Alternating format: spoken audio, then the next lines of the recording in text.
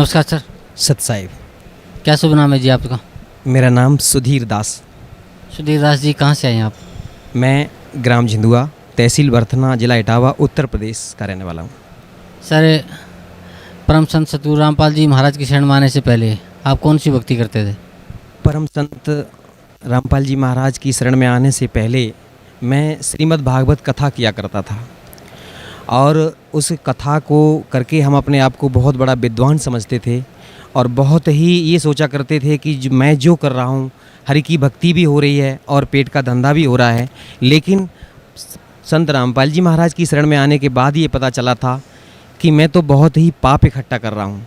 Sir, आप कथावाचक थे, श्रीमद् भागवत कथा आप करते थे, भगवत गीता जी की कथा आप करते थे और अपने आप को एक बहुत बड़ा विद्वान समझते थे और इससे आपकी रोजी रोटी भी चलती थी और आप समझते थे कि भगवान की भक्ति भी साथ साथ हो रही है। तो फिर सर आप परम संत सतगुरु रामपाल जी महाराज की शरण में कैसे आए? संत रामपाल जी की शरण में आने से पहले मैं कथा भागवत जो करता था, तो ये एक बड़ी लंबी कहानी है, बड़ी रोचक कथा। मैं कथा भागवत करने के उद्देश्य से बम्बई में गया हुआ था, तो ट्रेन में मैं चल रहा था। वहाँ पर मुझे ये पुस्तक भक्ति सौदागर को संदेश मिली। हमारी दो बहनें थीं जो उस ट्रेन में जो पुस्तक बांट रही थीं, तो एक तो मतलब जो टेम्पलेट ले रखा था उन्होंने और पीछे से दूसरी पुस्तक लेकर के चल रही थीं। तो टेम्पलेट पर मैंने देखा है कि कौन ब्रह्मा का पिता है, कौन विष्णु की माता, शंकर का दादा कौन है। इस तरीके के जो सवाल मेरे दिमाग में कभी उठे भी नहीं थे, ऐसे सवाल देख करके मैं तो बड़ा हैरान रह गया। और जब मैंने पूछा, मैंने कि भाई ये पुस्तक कहाँ मिलेगी, तो उन्होंने इशारा किया कि वो पीछे हमारी बहन जी आ रही हैं, वो आपको ये पुस्तक देंगी। तो मैंने वो पुस्तक ले ली। पुस्तक को जैसे ही संयोग से मैंने खोला तो उस पर ये संसार रूपी उल्टा वृक्ष का चित्र जो छपा हुआ था, उस चित्र को देख करके मैंने देखा उस पर जड़ पर पूर्ण ब्रह्म परमेश्वर कबीर साहब की तस्वीर लगी हुई थी। तो मैं चूँकि अपने आप को बहुत बड़ा विद्वान मानता था और मैंने उसको देख करके मैंने हंसना शुरू किया। मैंने कहा ये देखो, कबीर को परमेश्वर बता दिया पूर्ण ब्रह्म, और ये ब्रह्मा विष्णु महेश को तो डालियाँ बता रखा है इसमें। तो वो हमारी बहन जो पुस्तक लेकर के चल रही थी, तो उन्होंने कहा कि आप क्या जानते हो कबीर साहब के बारे में? मैंने कि मैं सब कुछ जानता हूँ, ये तो एक जुलाहा थे और लहर तारा तालाब के किनारे नीरू और नीमा को पड़े हुए मिली थे, ये तो किसी विधवा ब्राह्मणी के पैदा हुए थे। तो वो कहने लगी कि आप मूर्ख हो। मैं उस समय, जैसे आज ये पैंट शर्ट पहन रखे हैं मैंने, उस समय तो मैं कुर्ता और धोती में रहता था, क्योंकि मैं अपने आप को बहुत बड़ा वक्ता मानता था। मैंने कहा कि मैं तो सब कुछ जानता हूँ, आप ऐसे कहते हो, मैं तो कथावाचक हूँ। वो हमारी बहन बोले कि आप कुछ नहीं जानते हो, आप मूर्ख हो। इस शब्द को सुन करके मैंने अपने आप को वहाँ उस भरी ट्रेन में बड़ा अपमानित महसूस किया। मैंने सोचा, मैंने चलो ज़्यादा बात को नहीं बढ़ाऊँगा। मैंने कहा बहन जी आपकी पुस्तक कितने की है? कि बोले 10 रुपये की। मैंने वो पुस्तक ले ली और पुस्तक को पढ़ना शुरू किया। तो जहाँ मैं जा रहा था, थोड़ी ही पुस्तक पढ़ पाई, तब तक मैं वहाँ पहुँच गया और उस घर में जहाँ मेरा प्रोग्राम था वहाँ पहुँच गया मैं।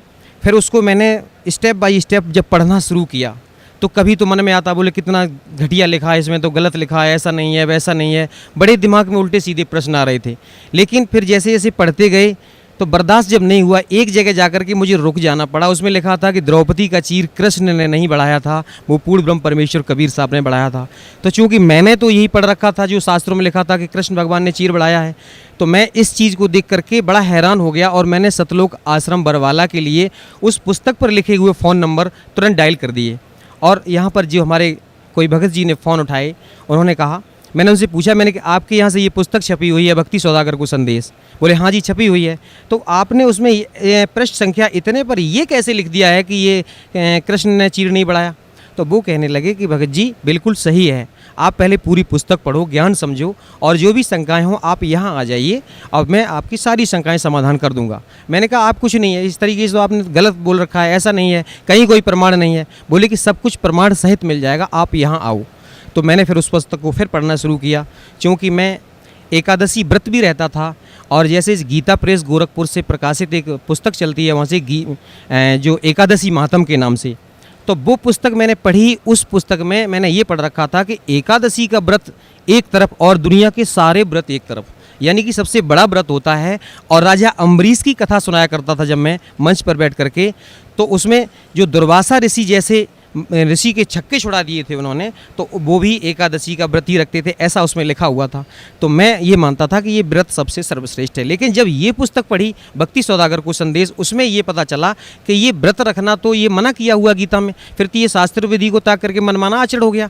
अब मेरी समझ में ये आने लगा कि वास्तव में सच्चाई तो कुछ है, लेकिन चूंकि मैं अपने आप को बहुत बड़ा विद्वान मानता था, इसलिए सेट नहीं कर पा रहा था अपने आप को। अब मैं बहुत दुखी हो गया, इतना दुखी उस संयोग से, उस समय एकादशी ही थी, उस दिन मैंने व्रत कर रखा था और अपनी जो भी दैनिक पूजा पाठ कर रखी थी जो थी वो करने के बाद में भोजन भी नहीं किया था, जल भी ग्रहण नहीं किया था। अब मैं बड़ा हैरान था, इतना दुखी मैं अपने आप को ये सर्टिफाई नहीं कर पा रहा था कि ये जो पुस्तक में लिखा हुआ है ये सत्य है या जो मैंने अभी तक पढ़ा वो सत्य है।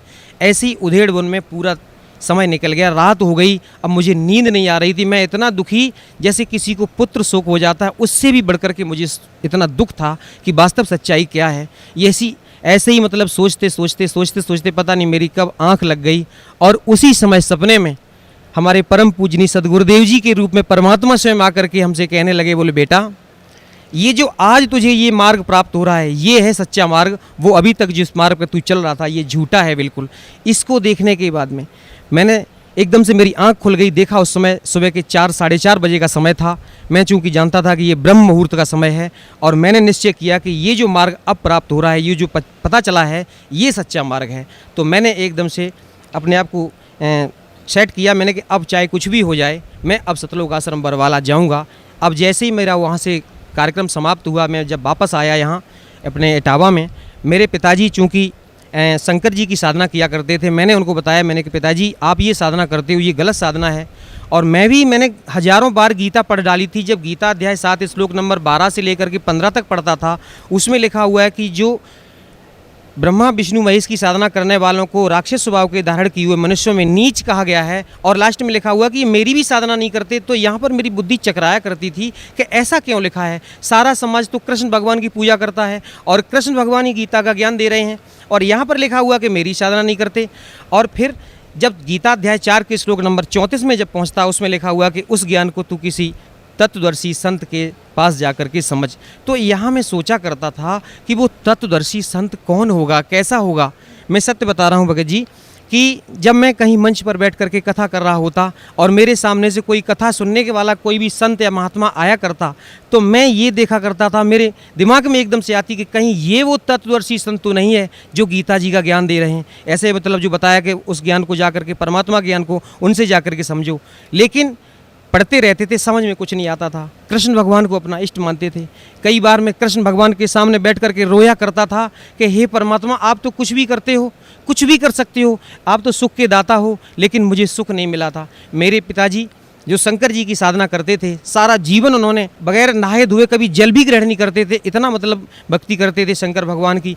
और उनके जीवन पर अगर हम थोड़ा सा प्रकाश डालना चाहेंगे कि उनके जीवन में कभी सुख नहीं मिला, जब उन्हें किसी प्रकार का कोई सुख नहीं मिला। भक्ति इतनी ज़्यादा करते थे लेकिन आध्यात्मिक लाभ तो बहुत दूर रहा, वैसे भी कोई उनको लाभ नहीं हुआ।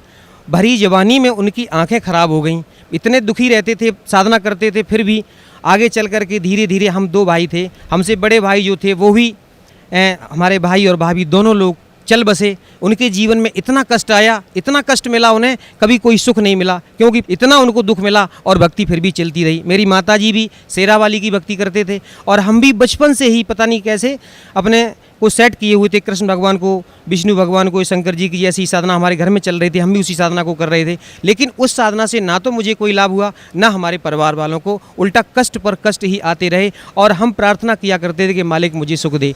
जब मैं कथा भागवत करने लगा तो मैंने ये सोचा कि मेरे ऊपर अब कृष्ण भगवान ने बड़ी दया की है, क्योंकि अब तो ये हमारा धंधा भी चलने लगा था, पैसा भी मिलता था, इज्जत सम्मान सब कुछ मिलने लगा। तो अब मेरी समझ में ये आ रही थी कि इन कृष्ण भगवान ने ही मुझे सब कुछ दे रखा है, सारा सुख दे दिया, ये सुख के दाता हैं। लेकिन फिर भी मन में कहीं ना कहीं अशांति जरूर रहती थी। तो मैंने अपने पिताजी से आकर के बताया, मैंने कि पिताजी जो आप साधना कर रहे हो ये तो इसमें पुस्तक में लिखा हुआ कि सब गलत साधना है। जब मैंने उस पुस्तक को पढ़ करके उनको सुनाया, पहले तो वो नहीं माने, बोले कि बिल्कुल झूठ है ये।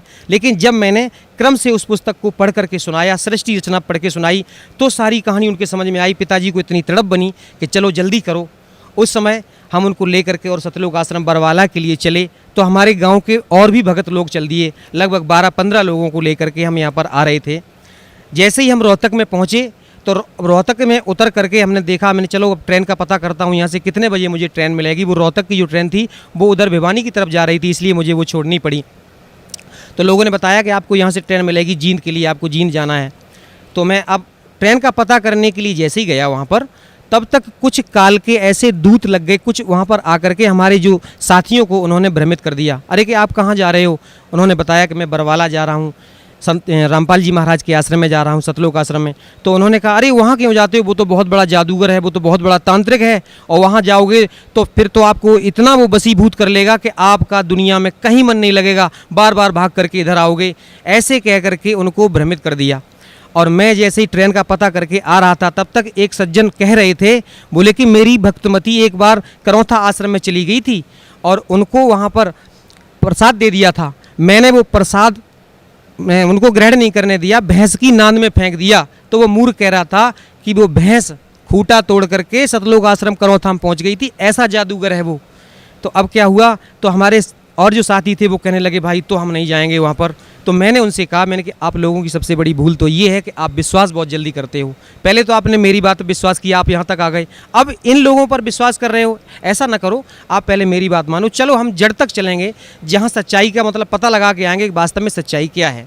तो कुछ लोग नहीं माने, वो कहे नहीं हम तो घर जाएंगे। हम कहे तो भैया ठीक है, आपको जाना है तो जाओ। मैं और मेरे पिताजी, हम दोनों लोगों ने दृढ़ निश्चय किया कि हम लोगों को बिल्कुल जाना ही है और सच्चाई का पता लगा करके लौटेंगे। अब हम जैसे ही यहाँ बरवाला पहुँचे, बरवाला पहुँचने के बाद मैंने फ़ोन किया, मैंने कि मैं यहाँ पर रोडवेज बस स्टैंड पर खड़ा हूँ। तो यहाँ सतलोक आश्रम की वहाँ गाड़ी लेकर के जैसे ही पहुँचे भगत जी हमारे, हम लोगों को लेके आए, तो मन में बड़ी शांति आई कि भाई जी तो बहुत अच्छे लोग हैं। अब जैसे ही हमने अपने आप को ये सेट कर रखा था कि सतलोक आश्रम में पहुँचेंगे तो वो कोई जादू तांत्रिक होंगे, वो कुछ खाने पीने के लिए सामान देंगे जैसे उन्होंने बताया था, तो हम खाएंगे नहीं, चलो देख लेंगे वहाँ पर। लेकिन जैसे ही सतलोक आश्रम बरवाला में जैसे ही प्रवेश किया, वो पुराना वाला जो दौलतपुर रोड पर आश्रम है उसमें जैसे ही प्रवेश किया, मैंने वहाँ पर अपने बहुत से लोगों को देखा। ऐसा लगा कि इन लोगों से हम पता नहीं कितने दिनों से इनसे परिचित हैं, कितने दिनों से इनको जानते हैं। एक भगत जी हमारे पास आकर के एकदम से तुरंत हमसे गले लिपट गए, बोले भगत जी कितने दिनों बाद आप आए हो? ऐसा लगा कि इनको हम पता नहीं कितने दिनों से जानते हैं, और बड़ा अच्छा सा लगा। फिर उन्होंने मुझे सारी व्यवस्था दिखाई, नाम लिया, उपदेश लिया। मेरे ऊपर संत रामपाल जी महाराज की दया 11 अक्टूबर सन 2009 को हुई थी। उसके बाद में मालिक ने मेरे साथ बहुत चमत्कार किए। सर, परम संत सतगुरु रामपाल जी महाराज की शरण माने के बाद आपको क्या लाभ मिला? सबसे बड़ा तो लाभ मुझे ये मिला कि जब हम लोग सतलोक आश्रम बरवाला पहुँचे और सतगुरुदेव जी से उपदेश लेने के बाद में दर्शनों के लिए जब गए, पिताजी मेरे साथ थे। चूँकि मेरे पिताजी, मैंने आपको पहले बताया भगत जी, उनको दिखाई नहीं देता, आंखें ख़राब हो चुकी हैं, तो मैंने क्यों उंगली पकड़ करके ले जा करके दर्शन के लिए ले गया। तो मेरे पिताजी सतगुरुदेव की चरणों में फूट फूट कर रोने लगे। वो कहने लगे, बोले बेटा आप क्यों रोते हो? तो जब ये शब्द मैंने सुना कि ये मेरे पिताजी की उम्र उनसे ज़्यादा लग रही थी और उन्होंने बेटा शब्द कहा, तो मेरे दिमाग में हथौड़ा सा लगा। बोले कि ये कैसे कह सकते हैं, कोई भी ऐसा नहीं कह सकता है, अपने से उम्र में बड़े को बेटा नहीं कह सकता, ये तो स्वयं परमात्मा ही है। और मैंने जब दंडवत प्रणाम किया तो कहने लगे, बोले बेटा तू नहीं जानता है, तुझे कैसे निकाला मैंने, ऐसे परमात्मा की शरण में तू आ गया है, तेरा उद्धार हो गया। मेरे पिताजी फूट फूट कर रोने लगे। वो कहने लगे क्यों रोते हो? तो पिताजी ने कहा कि मेरी उम्र पूरी व्यर्थ चली गई। तो उन्होंने कहा नहीं नहीं, मैंने आपकी 20 वर्ष की उम्र और बढ़ाई है। तो मैंने उस समय ये शब्द बड़ा अतिशयोक्ति माना, मैंने कि ऐसे गुरुजी ने कह दिया होगा, लेकिन ये सत्य था। हम लोग जब उपदेश लेने के बाद घर वापस पहुँचे, पिताजी पर एकदम अचानक उन पर अटैक पड़ा और इतनी हालत उनकी बिगड़ने लगी, मुझे ऐसा लगा कि अब इनकी मृत्यु होने वाली है। लेकिन परमात्मा ने ये शब्द बोला था, मुझे उस पर विश्वास था कि कोई भी संत होता है, जो परम संत होते हैं, सद्गुरु होते हैं, वो झूठ नहीं बोलते हैं, जो कह देते हैं वो सत्य होता है। मैंने तुरंत सतलोक आश्रम बरवाला में फ़ोन लगाया और उनको बताया, मैंने भगत जी मेरे पिताजी की हालत ऐसी ऐसी बहुत ज़्यादा ख़राब हो रही है। तो उन्होंने कहा कि अमृत जल और प्रसाद जो रखा है उसको दे दो और दंडवत प्रणाम करने के बाद में परमात्मा से प्रार्थना करो और जितनी जल्दी हो सके आप शीघ्र यहाँ ले आओ। भगत जी 2 बार अटैक पड़ा उनको और उसके बाद में हालत, जैसे ही मैंने उनको प्रसाद और अमृत जल दिया, उनकी हालत में तुरंत सुधार हो गया। उसके बाद में मैं तुरंत ही वहाँ से निकला और सतलोक आश्रम बरवाला में आकर के सदगुरु देव जी के चरणों में दंडवत प्रणाम किया। और इस तरीके से मालिक ने आज तक, अब मेरे पिताजी को किसी प्रकार की कोई दिक्कत नहीं है और जैसा उन्होंने कहा था कि उनकी उम्र बढ़ाई है, वो बिल्कुल स्वस्थ हैं। इस समय उनकी उम्र लगभग 86 वर्ष की हो रही है उसके बाद में हमारे साथ और बहुत से चमत्कार किए, मेरी स्वयं उम्र बढ़ाई, मेरे बच्चे को जीवन दान दिया। एक बच्चा मेरा बड़ा वाला एक दिन एक पेड़ पर जामुनी खाने के लिए चढ़ गया था और उस पेड़ से अचानक वो गिरा। जहाँ पर गिरा था वहाँ पर चारा खिलाने के लिए, बैलों को चारा खिलाने के लिए ये नांद जो बना रखी होती है उसके और बीच में एक खूंटा गड़ा हुआ था, उनके दोनों के बीच में गिरा। अगर मान लीजिए सिर उसकी उसमें लगता पक्की चट्टान सी थी तो सिर फट जाता तो उसकी मृत्यु हो जाती। अगर खूंटे के ऊपर गिरता कहीं भी मतलब पेट में या कहीं घुस जाता तो उसकी मृत्यु हो जाती। उस दिन उसका मृत्यु योग था, लेकिन मालिक ने इतनी दया की कि उस नांद और खूंटे के बीच में वो गिरा। थोड़ा सा हाथ में चोट लगी जो मालिक की दया से वो अब बिल्कुल सही है, ऐसे उसकी जान बचाई। और एक दिन छोटा बेटा मेरा यहाँ सतलोक आश्रम बरवाला में आया हुआ था मेरी माता जी के साथ में, और यहाँ से जब जो लोग वापस जा रहे थे, चूँकि इटावा रेलवे स्टेशन पर इनको उतरना था, लेकिन माता जी तो उतर गई, वो छोटा बच्चा उतर नहीं पाया और ट्रेन चल पड़ी। ट्रेन चल पड़ी तो माता जी एकदम दहाड़े मार मार के रोने लगी कि मेरा बच्चा चला गया, मेरा बच्चा चला गया। हमारे और भी गुरु भाई हमारी माता जी के साथ में थे, उन्होंने मेरे पास फ़ोन किया, बोले भगत जी आपका छोटा बेटा ट्रेन से नहीं उतर पाया है और माता जी इस तरीके से बहुत ज़्यादा रो रही हैं। तो मैंने उनसे कहा कि माता जी से आप कहो कि वो चुपचाप घर जाएँ, वो परमात्मा का बच्चा है, वो मेरा बच्चा नहीं है, मालिक अपने आप दया करेंगे, वो बच्चा अपने आप घर आ जाएगा, आप चिंता ना करो। चूँकि मैं घर पे था तो ये फ़ोन पर वार्ता हो रही थी, हमारे पड़ोसी और लोग सुन रहे थे, तो वो उनको पता चला वो क्या हो गया है। तो मैंने कहा मैंने ऐसे ऐसे छोटा बेटा जो है वो ट्रेन में बैठा चला गया, वो उतर नहीं पाया है। तो वो लोग हंसी उड़ाने लगे, खिल्ली करने लगे कि आप तो कहते हो आपके परमात्मा हैं संत रामपाल जी महाराज, तो अब देखो आप परमात्मा होंगे। तो मैंने कहा आप चिंता ना करो, आप ऐसा मत बोलो, आप नहीं जानते हो वो परमात्मा ही हैं, और अभी बच्चा देखना थोड़ी देर बाद अपने आप वापस आ जाएगा। और मैं इस विश्वास के साथ मैं तो बिल्कुल दृढ़ हो गया था, मैंने कि कुछ नहीं होगा, वो अपने आप परमात्मा दया करेंगे। और मैं चाह करके भी कुछ नहीं कर सकता था, लेकिन कुछ लोग कहने लगे अरे आप जा कर के आगे देखो, अगली स्टेशन पर शायद उतर जाए। मैंने कि मुझे कोई टेंशन नहीं है, लेकिन फिर भी जब ज़्यादा लोगों ने कहा, हमारी भक्तमती बड़ी दुखी होने लगी। मैंने कहा आप चिंता ना करो, आज मालिक की दया से पूरा परिवार हम लोग परमात्मा की शरण में है। तो उन्होंने कहा कि आप जाओ, दुखी होने लगी। मैंने कहा आप चिंता ना करो, चलो मैं जाता हूँ। तो मैंने जैसे ही घर से और निकला था तो मैं क्या देख रहा हूँ कि उधर से वो बच्चा मेरा अपने आप चला आ रहा है रोड पर। अब मैं उसके पास पहुँचा, मैंने पूछा मैंने माता जी को कहाँ छोड़ दिया। वो कहने लगे माता जी इटावा में उतर गई थी, मैं उतर नहीं पाया। मैंने कहा आप कहाँ उतरे हो? तो अगला स्टेशन जो था वो वहाँ उतर गया। जैसे मान लीजिए छोटा सा बालक था और उससे कोई कह रहा, बोले बेटा यहाँ उतर जाओ। उसका जो बैग था उसमें दीक्षा फार्म था यहाँ सतलोक आश्रम बरवाला का, वो चला गया, सारे कपड़े चले गए और वो बच्चा उतर के आ गया। तो मैंने बेटा तुम यहाँ कैसे पहुँचे? तो वो कहने लगा कि कोई अंकल जी आए थे और मुझे साइकिल पर बिठा करके इधर से लेकर के इधर आए। तो मैंने कि वो चले किधर गए? बोले वापस चले गए। मैं समझ गया कि ये परमात्मा का ही काम है, ये कोई जीव की ताकत नहीं, ऐसा नहीं कर सकता है। और मेरे साथ में मेरी स्वयं उम्र बढ़ाई मालिक ने। मैं एक बार भिंड जिले से लौट करके अपने इटावा आ रहा था, मारुति वैन में आगे बैठा हुआ था। 60-65 की स्पीड में मारुति वैन, ड्राइवर ने उसको बहुत कंट्रोल किया, लेकिन पता नहीं उसकी स्टीयरिंग फेल हो गई, क्या हो गया, वो सीधी जा करके एक दीवार में घुस गई। तो आगे का जो डैशबोर्ड था, मैं आगे ही बैठा हुआ था चूँकि ड्राइवर के साथ में, तो ड्राइवर की जो साइड थी उसने अपनी साइड तो बचा ली, लेकिन जिस साइड में बैठा हुआ था वो एकदम से ऐसी गाड़ी पिस गई, मैं उसमें फंस गया। तो मैंने अपने आप को ऐसा महसूस किया कि मेरी दोनों टांगें कट चुकी हैं और नीचे से यहाँ से लेकर के नीचे का धड़ जो है वो मेरा समाप्त हो गया है और अब तेरी मृत्यु निश्चित है। उसी समय जैसे मान लो मेरे से कोई कह रहा है कि बेटा सतनाम का जाप कर, मैंने सतनाम का जैसे ही जाप किया, अभी 2 मिनट ही हुए थे, एकदम से शरीर में चेतना हुई। जैसे मान ली मैंने अपने आप को महसूस किया हो कि कोई मुझे नीचे से एकदम से आशीर्वाद दे करके, बिल्कुल वो परमात्मा की दया थी कि मेरा शरीर बिल्कुल सही है। मैंने अपने आप को सही महसूस किया कि टांगें भी सुरक्षित हैं और भी किसी प्रकार की कोई दिक्कत नहीं है।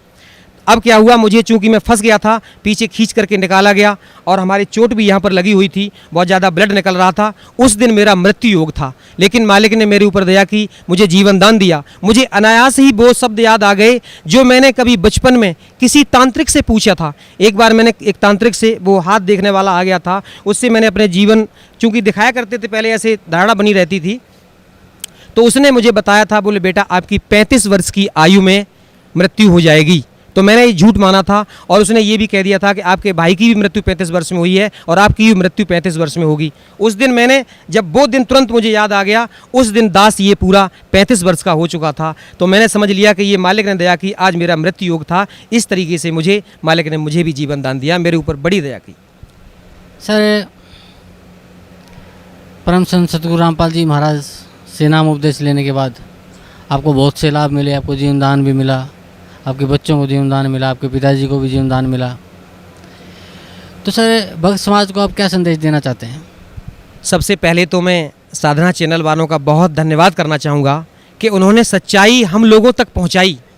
हम लोगों को पता ही नहीं था कि वास्तव में सच्चाई क्या होती है, और साधना चैनल वालों का मैं बहुत ही आभारी हूं। और ख़ास तौर से मैं अपनी बहन नेहा शर्मा का धन्यवाद करना चाहूँगा कि जिस तरीके से उन्होंने हम लोगों के सामने उस कार्यक्रम को जो पेश किया है, उससे लोगों को बहुत अच्छी तरीके से समझ में आ रहा है। और साधना चैनल वालों का इतना धन्यवाद करना चाहूँगा कि उन्होंने सच्चाई को हम लोगों तक पहुँचाया, और मीडिया का काम भी यही है कि सच्चाई को सामने पहुँचाए।